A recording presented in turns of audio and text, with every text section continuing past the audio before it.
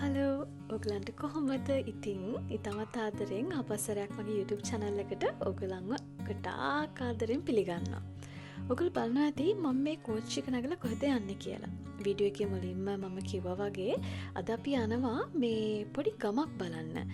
ඉතින් සරත් සමය වෙනුවෙන්ම ලස්සනටම ඩෙකරේෂන්ස් තියෙන ඒ වයිබ් එක හොඳටම දැනෙන තැනක් බලන්න තමයි අද අපි මේ යන්නේ.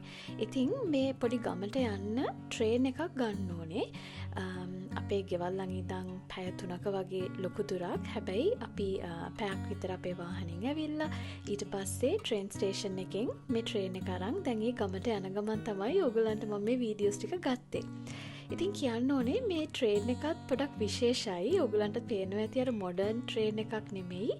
ඒකත් ගොඩක් පරණ ට්‍රේන් එකක්. ඉතින් අපිට යන්න ටික වෙලාවක් යනවා. ඒ කියන්නේ ගොඩාක් වේගෙන් යන්නේ නැහැ. සාමාන්‍ය වේගෙන්. ඉතින් අපිට මේ දෙපැත්තේ ලස්සන බල මේ ගමන යන්න පුළුවන්. ඉතින් මම මේ ගමන යන ගොඩාක් ආසාවෙන් හිටියේ. අවුරුදු 2ක් විතර මගේ හිතේ තිබ්බා මම යන්න ඕනි කියලා මේ ට්‍රේන් රයිඩ් එක. හැබැයි අනිත් වැඩත් එක්ක මට ඒක කරගන්න බැරි වුණා. හැබැයි මේ පාර ඔන්න ඉතින් මට chance එක ආවා මේ ගමන යන්න. මෙහෙම තමයි මම වීඩියෝ කරේ. මගේ පොඩි පුරුද්දක් තියෙනවා මේ කොහේ හරි යනවා නම් එහෙම මම මේ මගේ travel journal එක පොඩි pocket journal එකක් තියෙනවා මම ඒක අරගෙන යනවා. මොකද මම හරි ආසයි මට ඒ වෙලාවේ හිතෙන දෙයක් මොනවා හරි පොඩි දෙයක් මේ කෙටි සටහනක් දාන්න.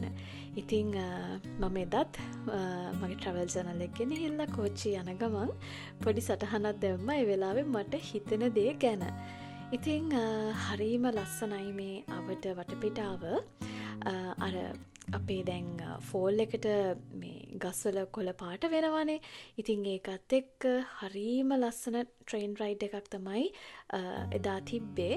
මෙන්න මේ වගේ දැන් ඔයගලන්ට පේනවා වගේ මේ ගඟකුත් තිබ්බා. ඉතින් ගඟවල් එකක් නෙමෙයි මට මතකද දෙකක් තුනක් වගේ තිබ්බා. ඉතින් මේ හරිම ලස්සනයි ඒ ගමන. ඊට පස්සේ කොහොම හරි මේ ට්‍රේන් එකෙන් අපිට එන්න තියෙන්නේ මෙන්න මේ වගේ පොඩි ගමකට. ඉතින් අපි බලමු කොහොමද මේ ඒ ගමෙත් ලස්සන කියලා. ට්‍රේන් එක ඇවිල්ලා නතර කරාට පස්සේ අපිට එකපාරට බහින්න බෑ. මොකද අර පරණ ට්‍රේන්ස් නේ. එතකොට ඒගොල්ලෝ මේ බහින එකටත් අර ලී වලින් හදපු පොඩි පඩි පෙලක් වගේ එකක් තියෙනවා. ඉතින් ඒක තිබ්බට පස්සේ අපි ගොඩක් කෙයාෆුලි තමයි බහින්න ඕනේ. මට අපේ ලංකාවේ කෝච්චිත් මතක් වුණා. ලංකාවේ කෝච්චිය අදටත් මේ වගේනේ. ඉතින් අපිට නම් මේක ගොඩක් පුරුදුයි. හැබැයි මෙහි ඉන්න ඇමරිකන් ජාතිකයන්ට නම් මේක ගොඩාක් ලොකු අත්දැකීමක් කියලා මට තේරුණා. ඉතින් කොහොම හරි අපි බලමු කොහොමද මේ ලස්සන පොඩි ගම මේ ෆෝල් එකටම හැදිලා තියෙන්නේ කියලා.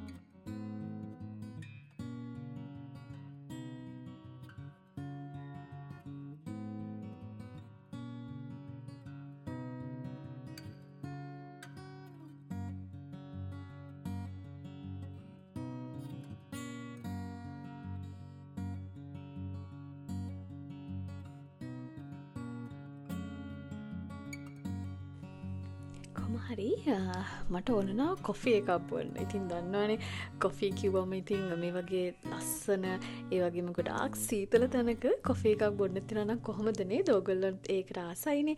ඉතින් කොහොම හරි මේ අපි චුටි දරක් ඇවිදගෙන එද්දි මේ ලස්සනම මේ කොෆි ෂොප් එක තිබ්බ. ඒක හරිම කියුට්.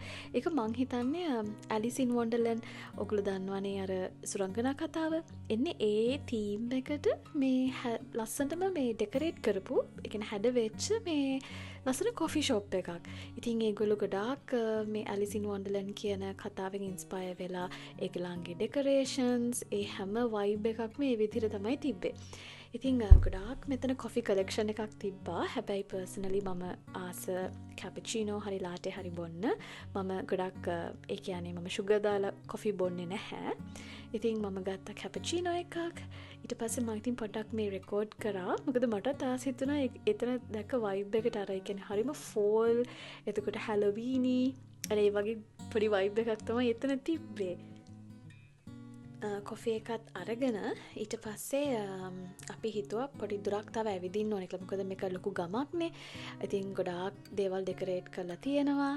මේ ඉන්නේ මම. ඉතින් මම පොඩි වීඩියෝ ක්ලිප් එකක් ගත්තා.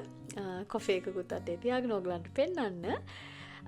ඉතින් කොහොම හරි අපි ඩිසයිඩ් කරා මේ අපි තව ඇවිදින්න ඕනේ කියලා. මොකද ගොඩාක් ඇවිදින්න තිබ්බා. අනික අපිට ට්‍රේන් එකට හවස 4 වෙද්දී එන්න ඕනේ. අපි මෙතනින් බහිද්දි හරියටම වෙලාව 12:00ට විතර ඇති. ඉතින් අපිට ඒගොල්ලෝ කිව්වා 4ට ට්‍රේන් එක ආපහු පිටත් වෙනවා.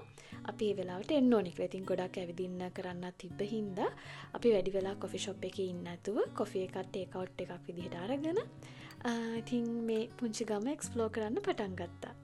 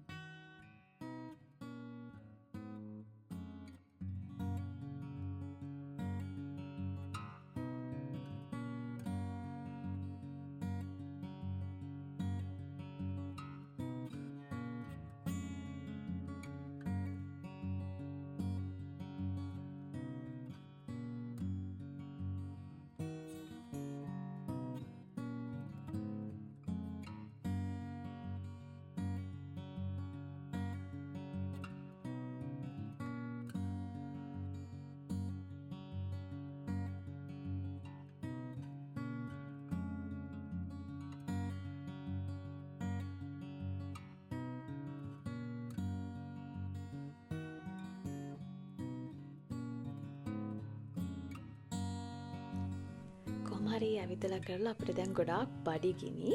ඊට පස්සේ අපි හෙව්වා මේ කැෆේ එකක් හරි එහෙම නැත්නම් රෙස්ටෝරන්ට් එකක් හරි මොකක් හරි තියනවාද කියලා බලන්න. කොහොම හරි හැම තැනම ෆුල්. කොහොම හරි අපි දැන් මේ ඉන්න රෙස්ටෝරන්ට් එකකට අපිට 40 මිනිත්ස් විතර වෙයිට් ටයිම් එකක් තිබ්බා. හැබැයි අපි මුලින්ම නම දීලා ගියා. ඊට පස්සේ ඒගොල්ලෝ අපිට ටෙක්ස්ට් එකක් දැම්මා මේ ටේබල්ස් රෙඩි එන්න කියලා. ඉතින් මොකද ගොඩාක් ක්‍රවුඩ් එකක් හිටපු හින්දා මේ වගේ වෙයිට් ටයිම් එකක් තිබ්බා. මට ඉතින් කාපු කෑමන රෙකෝඩ් කරන්න බැරි වුණා. මොකද මට පොඩක් ඔක්වර්ඩ් වගේ රෙකෝඩ් කරන එක. මොකද අපි අපේ යාළුවෝ කට්ටියකුත් එක්ක ගියේ. ඉතින් අපි එහෙම කෑම කාලා අපි තව චුට්ටක් ඇවිදින්න කියලා හිතාගෙන අපි එළියට ආවා. ඔයගලන්ට පේනවා ඇතිනේ හැම තැනම මිනිස්සු ඉන්නවා. එච්චරටම මේ එදා ගොඩාක් මිනිස්සු හිටියා. මොකද අර මේක හරිම ලස්සනට අර ෆෝල් තීම් එකට ඩෙකරේට් වෙලා තියෙනවා. ඉතින් හැමෝම වගේ ආසයි මේ වගේ දේවල් බලන්න.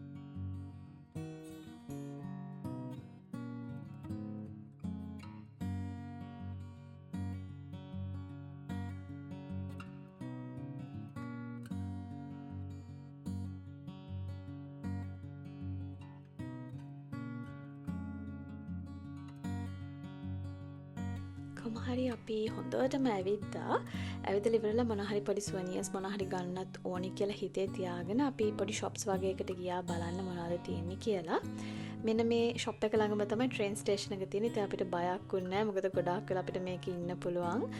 train එක miss වෙන්නේ නැති හින්දා. හැබැයි මගේ හිතට අරගෙන කිසි දෙයක් තිබ්බේ නැහැ. මම ගත්තේ නැහැ ඒ හින්දා. හැබැයි මේ වගේ හරිම cute handcraft කරපු දේවල්, key tags ඔයගොල්ලෝ දැක්කා වගේ ඒවා, ඒ වගේම t-shirts, name tags මේ වගේ ගොඩාක් දේවල් මේ souvenir shops වල තියෙනවානේ. ඉතින් මේ වගේ ගොඩාක් දේවල් විකුණන්න තිබ්බා. හැබැයි මම නම් මුකුත් ගත්තේ නැහැ. මම හිතුවා කමක් නැහැ.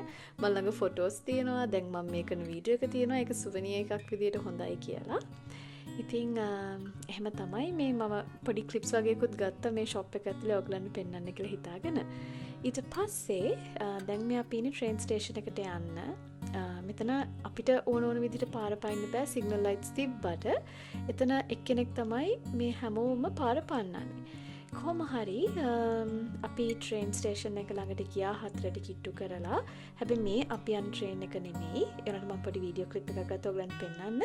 මේ train එක තනිකරම open. ඔයගලන්ට පේනවා ඇති මේ මොනවාද ඒ කියන්නේ අර වීදුරු වහන්න බෑ. මම නම් දන්නේ නැහැ. මොකද මම එද්දිත් මේ මාර චිලි. ඒ කියන්නේ හරිම සීතලයි. ඉතින් මේ train එකේ යද්දිත් සීතල එනවා අනිවාර්යෙන්ම. මම දන්නේ ඒකට කොහොමද යන්නේ කියලා. සමහර විට මෙහෙ ජාතිකයෝ හින්දා මෙහෙ ඇමරිකන්ස්ලා සහ මේ සීත කාලගුණය ගොඩක් මේ හුරු කට්ටිය හින්දා ගලන්න අවුලක් නැතුව ඇති. මට නම් සාමාන්‍යයෙන් එහෙම හුරු නැහැ. කොහොම හරි මෙන්න අපේ train එක දැන් ආවා. අපි මේ train එකේ තමයි ආපහු යන්නේ. එහෙනම් ඉතින් අපි යන ගමන් හම්බෙමු.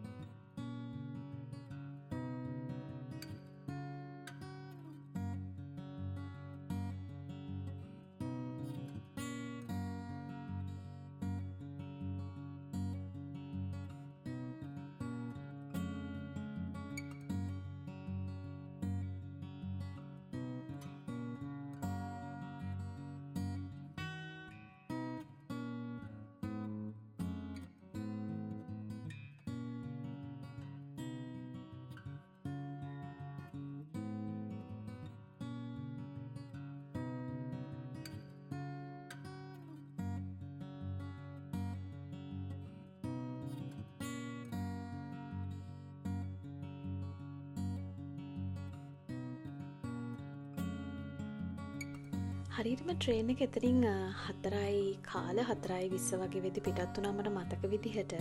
කොහොම හරි අපි ආපහු යද්දි අපිට සන්සෙට් එකක් දකින්න පුළුවන් වුණා. මං හරිම ආසයි සන්සෙට් එකටයි සන්රයිස් එකටයි. මං දන්නවා මේක බලන ඕගොල්ලොත් ගොඩක් ආස ඇති කියලා. සමහර විට මට මේකට වැඩිපුර ආසාව දැනෙන්නේ ඉර එළිය කියන එකද මේ ඇමරිකාවට ආවට පස්සේද කියලාත් මට හිතුණා. මොකද ලංකාවෙද්දි නම් අපිට මුළු අවුරුදු පුරාම ඉර එළිය තියෙනවානේ. හැබැයි ඇමරිකාවට ආවම මේ සීසනල් චේන්ජ් එකත් එක්ක ඉර එළිය සමහර වෙලාවට අඩුයි. ඉතින් ඒ හින්දාද දන්නේ නැහැ. කොහොම හරි මම ඉර එළියටයි සන්සෙට් එකට සන්රයිස් එකට මේ හැම දෙයකටම ආසයි. කොහොම හරි අපි ආපහු ට්‍රේන් ස්ටේෂන් එකට එද්දී රෑ වෙලා තිබ්බා. ඉතින් කොහොම හරි මෙතන ඉඳන් අපිට ආපහු අපේ වාහනේ අරගෙන අපේ ගෙදරට යන්නත් රයිඩ් එකක් තියෙනවා. ඉතින් කොහොම හරි අද දවසේ මගේ vlog එක මෙතනින් ඉවරයි. ආපහු vlog එකක් කරන් ඔයගලඟ බලන්න ඉක්මනට වෙන්නම්.